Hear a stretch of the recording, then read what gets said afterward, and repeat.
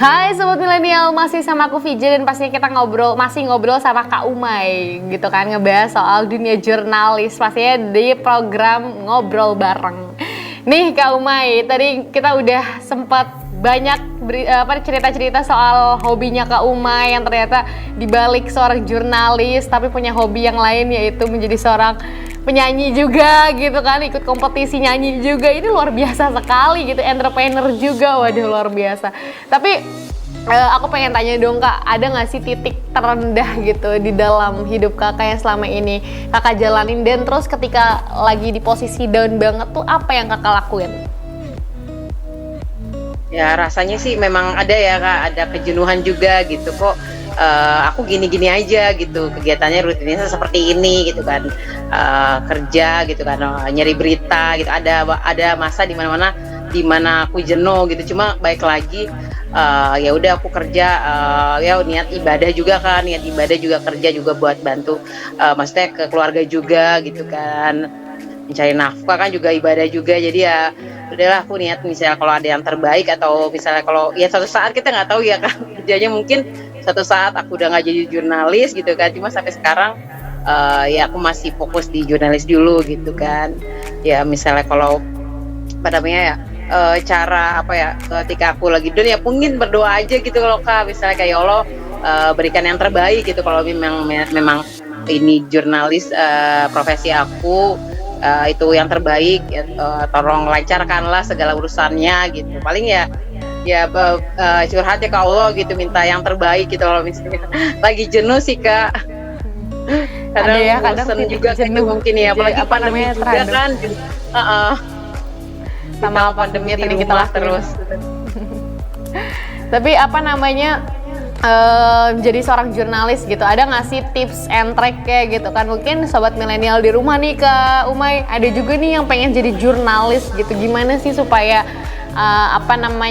langkah apa yang perlu dipersiapkan kalau kita pengen jadi seorang jurnalis? Ya kalau tips aku sih ya yang aku udah alamin gitu, maksudnya tips buat teman-teman atau siapa yang mau jadi jurnalis. Pertama kita harus siap dulu, ditugaskan kemana-mana, siap capek gitu, nggak boleh ngeluh gitu, harus kerja cepet gitu kan, terus siap mobile, nggak kenal waktu gitu kan Kak, dan siap mental juga kan Kak, karena kan di dunia jurnalis dan dunia redaksi kan juga dituntut untuk kerja cepat, itu siap diomelin, siap segala macam, siap ditugasin ke tempat lokasi bencana gitu. Karena banyak yang aku lihat teman-teman yang aku pernah ngobrol gitu, dia mau jadi jurnalis cuma karena ngelihatnya jalan-jalan gitu, padahal kerja jurnalis nggak cuma jalan-jalan, maksudnya itu kan kesempatan, itu kan karena dinas juga kan. Memang kalau dinasnya di tempat yang enak ya itu bersyukur banget gitu. Kalau belum tentu, kalau dinas di tempat yang liputan bencana ya kita mau nggak mau siap, kita berhari-hari bisa nggak mandi gitu kan. Jadinya ya harus siap apapun sih Kak, siap mental, fisik juga gitu, nggak boleh ngeluh juga gitu. Nggak boleh manja, pasti kan capek, harus dan mandiri banyak gitu. Nanya sih Kak, harus pede, nekat, banyak nanya tuh, banyak cari tahu, banyak baca buku atau tahu isu gitu sih Kak. Ya itu sih, harus banyak up to date gitu ya sama informasi-informasi sekarang. Benar Kak. Oke, Kak Umay nih di era digital ini maraknya gitu ya informasi-informasi yang kadang semua orang tuh bisa aja gitu ya nge-share informasi apapun gitu ya. Sebagai seorang jurnalis pastinya ngerasa greget banget gitu loh kalau misalkan dapat informasi-informasi hoax gitu. Gimana tanggapan Kakak menjadi seorang jurnalis nih melihat maraknya berita-berita hoax yang tersebar di dunia digital ini nih? Ya aku sih ngeliatnya agak kesel juga ya Kak, maksudnya kadang orang-orang yang nge-share, apalagi di grup-grup kan banyak yang suka nge-share berita-berita. Kadang di grup keluarga juga kita paling ngasih tahu yang link yang sebenarnya tuh kayak gini loh, ini hoax gitu. Kadang juga terjadi perdebatan juga kan di grup keluarga, sering kayak gitu. Jadi ya paling kalau misalnya dari keluarga, paling aku misalnya kalau ada yang nge-share secara nge-share gitu kan bahwa ini hoax, aku biasanya cari tahu dulu dan aku ngejelasin ternyata ini hoax gitu, nggak benar gitu. Jadi berusaha kasih tahu aja gitu bahwa kalau setiap usahain sih aku kalau ngasih tahu keluarga biasanya kalau dapat berita apapun di share di Google kan sekarang juga gampang juga kan mencari berita gitu, hoax atau enggak tinggal di Google kita bisa ngelihat itu berita, kalau misalnya bener kan ada beritanya gitu, kalau misalnya nggak ada ya mungkin ya itu juga hoax juga gitu loh Kak. Jadi ada orang-orang yang membuat narasi gitu, jadi sengaja dibuat narasi yang negatif gitu sehingga orang percaya dan disebarluaskan gitu. Greget banget sih Kak, karena kita sebagai penulis gitu kan yang nyari berita gitu, sebenarnya itu nggak kayak gitu. Jadi ya ikut emosi juga sih Kak, ngelihat kayak sedih juga kok, orang banyak sih termakan hoax gitu. Lagi-lagi mungkin ya literasi digital sih, orang dengan mudah kan sekarang ngasal nge-share tapi tanpa tahu tuh beritanya itu benar atau enggak gitu. Dan dari medianya kan sekarang juga banyak ke media-media yang media yang nggak kredibel gitu loh Kak. Maksudnya nggak kredibel itu nggak mewawancarai si narasumber gitu. Jadi cuma info dari informasi yang didapatkan tapi tanpa meng-cross-check atau memverifikasi beritanya itu Kak. Mungkin ada tipsnya nggak sih Kak, supaya nih mungkin sobat milenial di rumah gitu ya, yang selalu disajikan dengan banyak informasi yang nggak tahu nih sumbernya gimana, dari mana dan lain sebagainya. Ada nggak sih tips yang supaya kita tuh jangan termakan hoax gitu kan? Kan selama ini juga kadang judul-judul tuh banyak yang clickbait gitu kan, yang sampai pada akhirnya orang belum baca gitu, tapi ternyata udah berspekulasi yang aneh-aneh gitu soal informasi yang didapat. Itu ada tipsnya nggak Kak, supaya kita nih sebagai sobat milenial tidak termakan hoax gitu? Ya tipsnya setiap ada berita atau yang share info-info gitu, dicek kembali gitu kan, dicek di Google itu bisa kelihatan kan beritanya benar atau enggak gitu. Jadi jangan hanya asal share juga ke orang lain gitu, karena kita juga kalau yang nge-share itu kan juga ngeri juga kan, sekarang ada undang-undang ITE ya Kak, jadi harus lebih cross check gitu kebenarannya, dicek aja di Google tuh biasanya itu ada tuh berita-berita yang benar atau enggak gitu. Jadi lebih banyak nggak mesti nggak langsung nge-share tapi lebih teliti dulu, dibaca dulu beritanya gitu, dicek kembali. Sulit gak sih Kak ngasih informasi yang benar gitu sebagai seorang jurnalis tuh? Mengedukasi masyarakat sulit gak tuh Kak? Iya itu ya Kak, kadang kita udah ngejelasin gitu kan, udah menyajikan informasi, cuma kadang ada warga-warga yang mempercaya berita-berita yang dari media yang nggak kredibel gitu kan. Banyak banget sekarang ya Kak, media-media banyak banget, teman tanpa beritanya itu tanpa dipertanggungjawabkan. Kalau kayak kita, maksudnya media-media mainstream umumnya biasanya ya kita wawancara, ada buktinya gitu, ada rekamannya, jadi kita bisa mempertanggungjawabkan dari tulisan kita gitu. Kalau kadang berita-berita banyak banget, berita-berita yang di luar sana gitu kan, kalau lihat di grup-grup suka nge-share berita yang aneh-aneh gitu kan. Padahal itu bukan dari media mainstream gitu, maksudnya media-media yang konvensional gitu. Ya, itu sih ya, di tengah marak ya informasi yang selama ini tuh masyarakat milih nih, banyak banget informasi yang didapat gitu. Tapi ada nggak sih Kak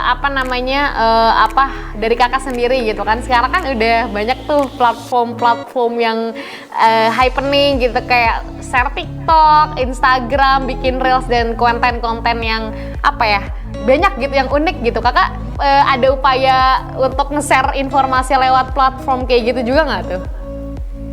Selain menulis. Kalau gitu. Untuk nge-share sih enggak sih, mungkin kalau untuk nge-share konten, karena kan udah ada dari kantor aku yang maksudnya tim medsos gitu, paling mungkin di status WhatsApp aja sih Kak. Misalnya kalau aku lagi kepengen mungkin nge-share-nya di status story WA gitu, jadi ya mungkin setidaknya orang juga baca gitu kan. Kalau misalnya lebih ke share-nya ke status WhatsApp sih. Kalau TikTok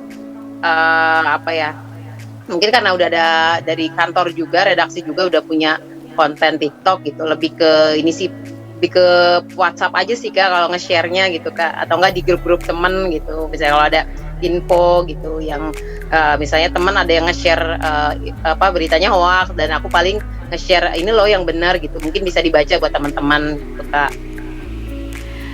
Aduh, itu ya apa namanya platform apa media-media online juga sekarang bergencar-gencar untuk mengedukasi masyarakat dengan ya tadi apa namanya mungkin teman-teman kakak yang di bagian medsos juga merambah ke dalam dunia TikTok, Instagram gitu untuk mengedukasi masyarakat ya. Semoga nih apa namanya dunia jurnalis gitu ya, khususnya media yang selama ini kita kuasai bisa benar-benar apa ya mencerdaskan masyarakat gitu ya, jangan sampai termakan hoax tentunya. Tapi Kak, ini Kak Umay by the way gitu, apa sih rencana Kak Umay ke depannya nih, mungkin bisa di-spill atau diceritakan ke pemirsa di rumah?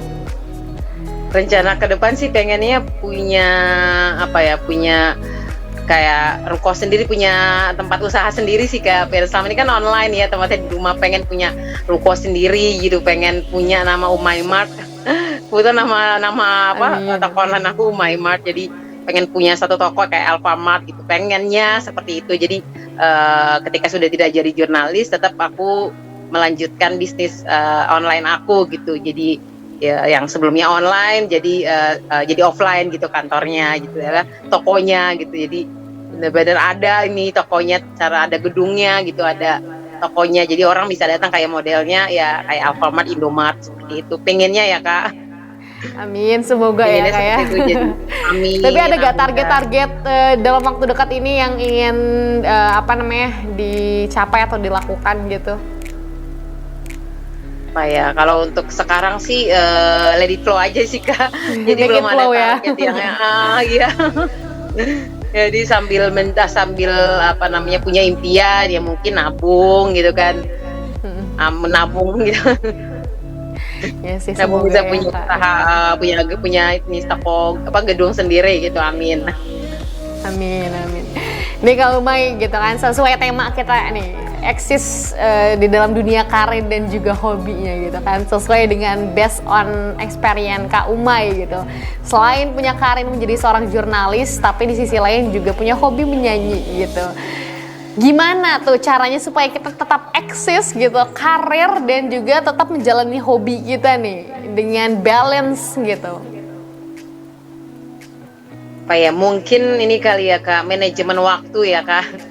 Jadi ketika kita kerja kita juga tidak harus fokus, kita kerja fokus gitu. Ketika kita lagi ada luang gitu, kita bisa memanfaatkan menyalurkan hobi kita gitu. Sekarang kan bisa di medsos, bisa di YouTube, bisa di TikTok juga gitu. Banyak platform-platform yang bisa menyalurkan hobi gitu kan, dan apa namanya memanfaatkan ya jaringan-jaringan juga ke teman-teman gitu. Saya mungkin ada temannya yang lagi butuh kerjaan atau ngejob nyanyi, bisa jadi mungkin saling informasi gitu. Jadi untuk eksis paling itu Kak, manajemen waktu gitu kan, jadi lebih biar balance saja sih Kak, antara karir dan antara menyalurkan hobi gitu. Kuncinya berarti Manajemen percaya waktu. diri ya Kak? Ya, sama percaya diri juga. Itu kadang kerap Harus kali pede, nih Kak, Kak, siap sobat dihujat, milenial Kak. di rumah. Iya. Kenapa Kak? Iya, kadang kerap kali nih sobat milenial di rumah kadang punya potensi gitu. Kadang itu loh Kak, susah meng-up-nya itu gimana cara supaya bisa tetap up gitu. Dulu sih emang aku jarang posting di sosmed karena orangnya malu gitu sebenarnya sih. Aku suka posting takutnya ya namanya takut omongan orang. Terus sekarang aku lama mikir, ngapain sih mikir omongan orang gitu, toh kita yang kita yang ini usaha gitu, kita yang nyanyi atau apa gitu. Kadang mikirnya gitu Kak, mungkin kadang orang-orang di luar sana malu dikomenin orang gitu kan, nggak pede, takut dibilang nggak bagus. Sebenarnya itu ya kita coba aja kita nyalurkan hobi di medsos gitu. Belum tentu yang menurut kita nggak bagus, belum tentu orang lain nilainya juga nggak bagus. Pasti kan orang lain juga ada yang suka, ada yang enggak gitu. Jadi lebih pede aja gitu. Karena ngapain kalau kita mikirin orang, karena kalau kita mikirin orang nggak akan jalan-jalan gitu. Maksudnya ya karir kita atau apa yang kita inginkan itu nggak jalan gitu kalau kita cuma punya hobi tapi nggak disalurkan, sayang banget gitu loh. Atau banyak dari medsos itu juga banyak orang-orang yang bisa sukses juga kan Kak ya, dari mulai dia di TikTok. Sekarang banyak orang yang aku lihat tuh di TikTok, dia posting-posting kayak cover atau apa, dia bisa jadi cuan juga gitu. Kesempatan sih, karena di dunia digital yang kayaknya kita bersyukur banget gitu adanya dunia digital memudahkan siapapun yang punya potensi bisa share gitu lewat media sosial. Di tengah maraknya era digital ini kita harus bisa manfaatin platform yang sudah sangat luar biasa ini perkembangannya gitu ya Kak Umay. Waduh Bener, Kak Umay, ini mungkin terakhir nih Kak Umay, pesan yang mungkin bisa disampaikan untuk sobat milenial di rumah gitu dari Kak Umay sendiri, supaya mungkin sobat milenial di rumah masih ada yang belum menunjukkan potensi dirinya gitu, masih ada yang terhidden gitu kan potensinya gitu. Mungkin bisa dikasih pesan untuk sobat milenial di rumah nih Kak Umay, silahkan. Ya mungkin buat teman-teman sobat milenial di rumah jika punya potensi gitu jangan disembunyiin, harus harus di share ke teman-teman, ke netizen gitu, dan sering-sering posting juga gitu kan, dan jangan pernah malu, harus pede gitu kan, karena suatu saat kita nggak tahu rezeki gitu kan, bisa aja yang teman-teman posting gitu lama-lama orang banyak yang suka, terus bisa jadi cuan juga ya kan dari kita postingan-postingan itu, bisa jadi nanti suatu saat di duet bisa jadi ada yang ngundang, ada dapat job kan, kita nggak tahu kayaknya rezeki ya Kak. Jadi harus pede ya Kak, pede, berani ya, siap mental juga gitu, siap dikomenin orang, ya udah nggak apa-apa lah kalau dikomenin orang tuh. Namanya juga kita usaha ya Kak, jadi bener-bener yang manfaatin aja gitu di zaman digital ini gitu kan. Sayang banget kalau nggak dimanfaatin gitu kan ya. Jangan malu, karena gitu Kak, banyak yang malu pasti. Aku juga sempat ngerasain, aku malu juga gitu, takut dikomenin orang, takut dibilang nggak bagus, tapi kalau kita malu terus kapan majunya gitu kan Kak. Jadi harus mulai dari sekarang, dari diri sendiri. Waduh, luar biasa sekali ya Kak Umay. Pembahasan kita nih sayang banget, ternyata waktunya kita sangat terbatas gitu kan, padahal masih pengen ngobrol bareng Kak Umay lagi nih seputar banyak hal pastinya. Kak Umay, terima kasih banyak atas waktunya, pastinya udah nyempetin waktunya buat ngobrol sama sobat milenial di rumah nih Kak Umay. Terima kasih banyak. Sama-sama Kak VJ, terima kasih banyak atas kesempatannya juga untuk semoga kita bisa bertemu di lain waktu ya Kak Umay. Terima kasih Kak Umay, sehat selalu. Amin, sama-sama Kak VJ. Oke, baik sobat milenial, tadi kita udah ngobrol banyak ya, apalagi soal profesi menjadi seorang jurnalis dan berbagai potensi lainnya. Yang pastinya semoga pembahasan kita kali ini bisa bermanfaat untuk sobat milenial di rumah. Jadi jangan lupa tetap saksikan program Ngobrol Bareng di episode selanjutnya. Aku Via Junita atau VJ pamit undur diri, terima kasih dan sampai jumpa. Wassalamualaikum warahmatullahi wabarakatuh.